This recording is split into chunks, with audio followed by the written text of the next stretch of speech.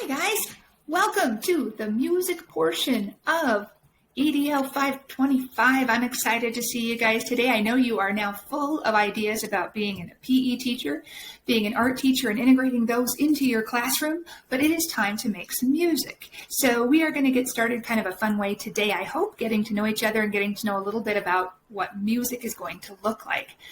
I'm going to talk you through today a little bit. So we're going to have a slideshow with me here, just because you know what? I think it's nice to have a face with a name, and I'm hoping to see some of yours as we go. So first of all, this is me. I have been an elementary music educator in Colorado for 23 years. I am not a vocalist or piano player like you would expect from a music teacher. I can do both, but I certainly don't claim to do them well. I am a flute and piccolo player. I enjoy doing that on the side. I'm also a standards nerd. I'm all about what we really need to be teaching our children in the classroom. I was part of creating the 2020 Colorado Music Standards, so what your students need to know and be able to do. I have trained almost 20 student teachers over my time, and so that really is my passion, is getting teachers ready to be in the classroom and do great things with kids. My passions are music, mountains, my family, and my dogs. And that's a little about me, so here we go. I have really two core beliefs, and one is music should be fun. That if they don't love making music, something's wrong, right? There's a reason we turn on the radio. There's a reason that we go to concerts. There's a reason that we tap our toe. It feels good. It's who we are as human beings. And everyone is a musician. You know, we get stuck in our culture with this belief, especially in the United States, that there are musicians and then there are the other people, right? And that doesn't work. That just doesn't work. You are born making music. You are born bouncing to the beat. Everybody sings to their children, no matter what continent you go to. And so it is, but it is a very much an American idea that certain people can sing and certain people can't. Everyone can learn to sing on pitch. Everyone can learn to keep a steady beat. It is strictly a matter of training the brain and providing those experiences early enough with enough repetition. And so that's what we need to be doing. And so during these 2 weeks, everyone is a musician. I don't care how well you sing. I don't care how well you're able to play an instrument.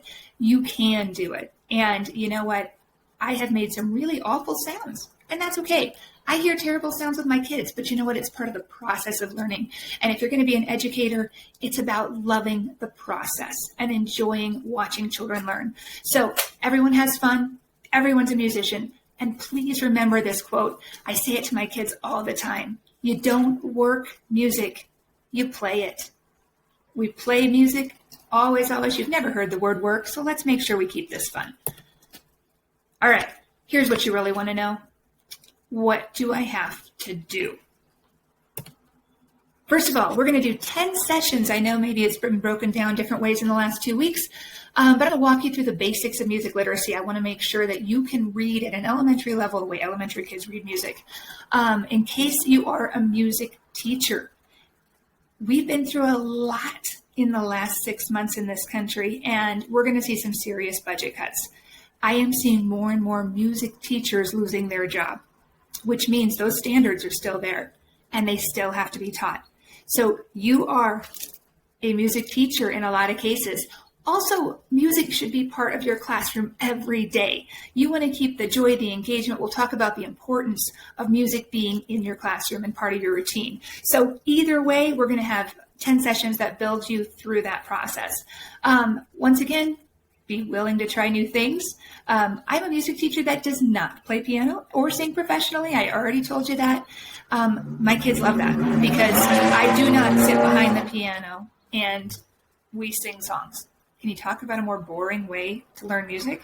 It's just boring. I mean, who wants to do that? So you don't have to have those skills to teach music. An iPod or MP3, YouTube, that's your best friend. All right. And don't forget, your students are all musicians. I love this quote. This is important for your classroom.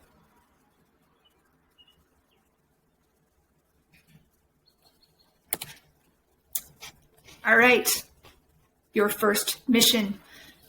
You may go ahead and pause the video, read this, This is one of the assignments under session 1. If you'd like to pause now or go back later, that is absolutely fine. But this is part of me knowing where we're going to go together and how I can support you. Also, it's going to help me know, what playing field we're all coming from and how you feel about it. If you had a really cruddy elementary music experience, you have been dreading these 2 weeks. But if you loved your teacher and you had a lot of fun, you're probably going, I got this. It's going to be great. Honestly, I never had an elementary music class. Secondly, my student teaching experience in elementary music was a nightmare. The children hated it.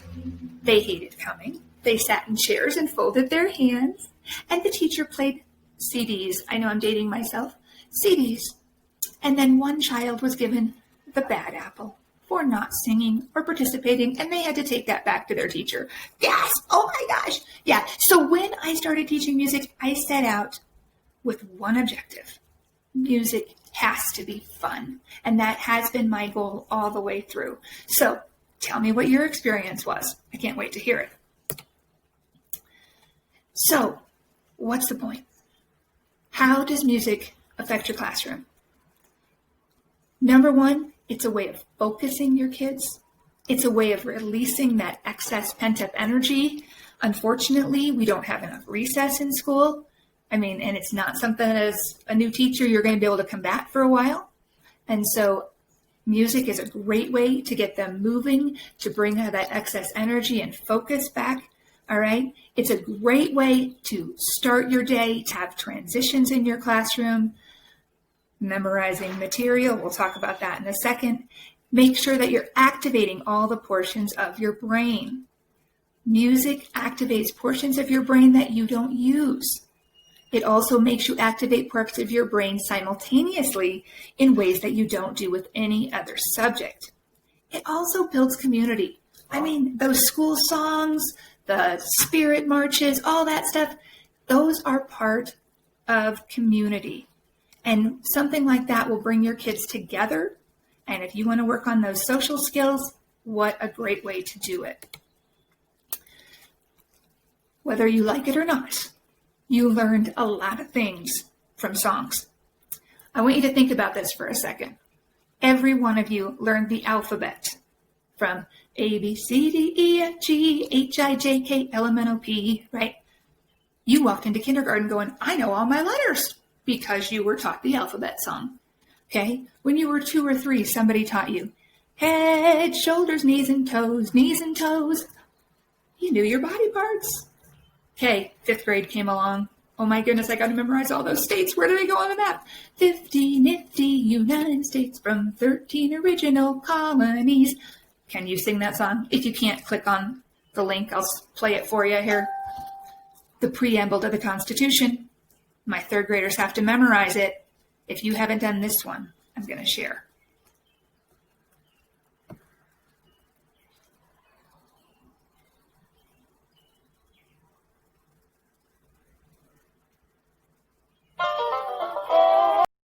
Do you know about the USA? Do you know about the government?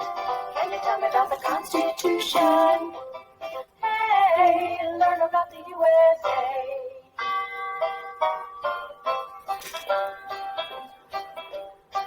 In 1787, I'm told our founding fathers did agree to write a list of principles for keeping people free. The USA was just starting out a brand new country, and so our people spelled it out, the things that we should be. And they put those principles down on paper and called it the Constitution. And it's been helping us run our country ever since then. The first part of the Constitution is called the preamble and tells what those this is how they memorized it. We the people, in order to form a more perfect union, establish justice, ensure domestic tranquility, provide for the common defense, promote the general welfare at hand, secure the blessings of liberty, to ourselves and our posterity, new ordain and establish this Constitution for the United States of America.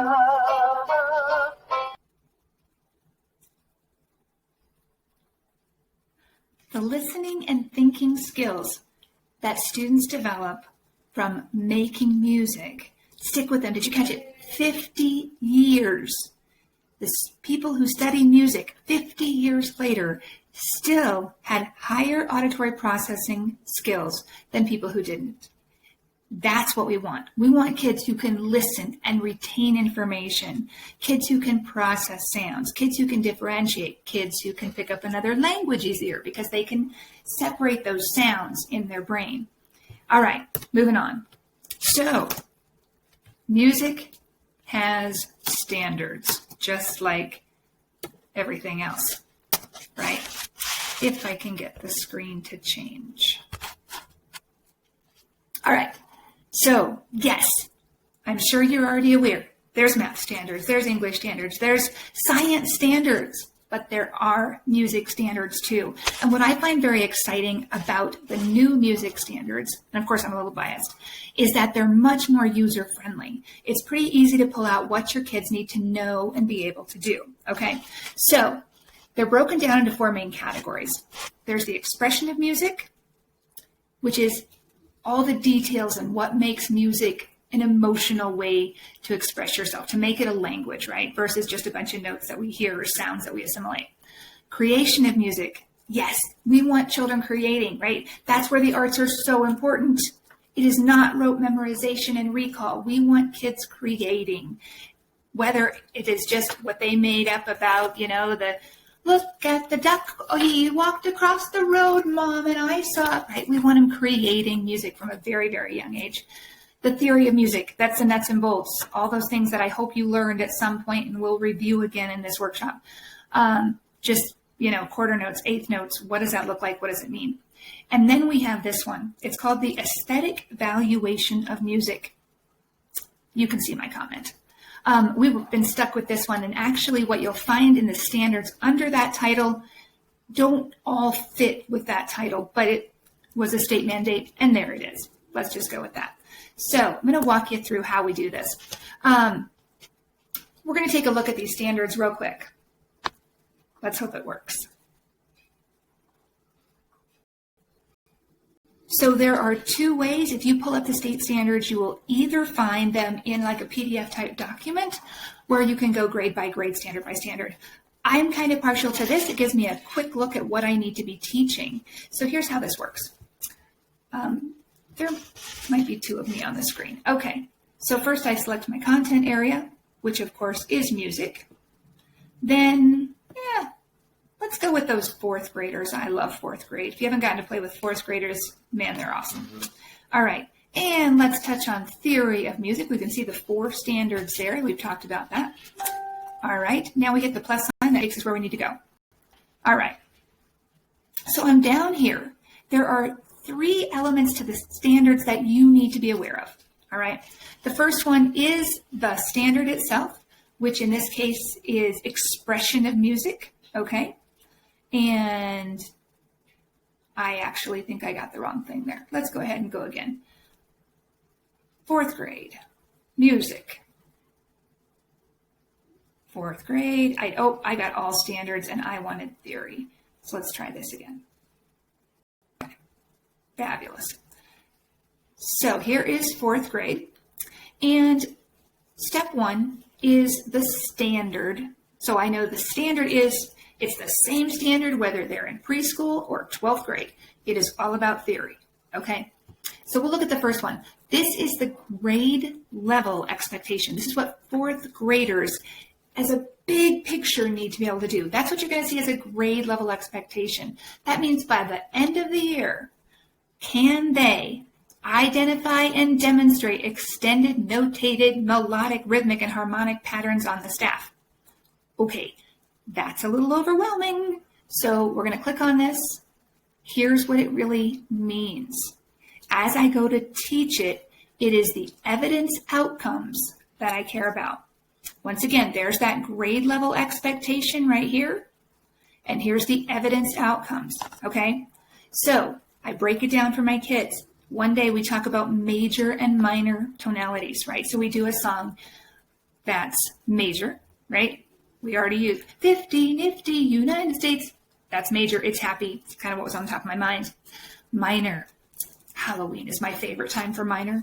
Goblins, alley cats, witches on brooms, wind in the trees singing scary tunes, right? So not that you need to know all those things because you are resourceful and will be able to look them up if you're in a bind. But that's how we find the standards.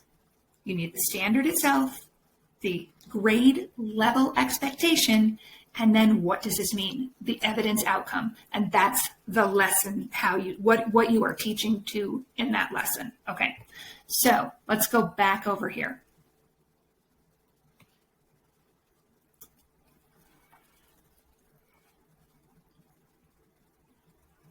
All right, you are now going to pick 2 different Colorado music standards from 2 different grade levels and share them on the discussion board.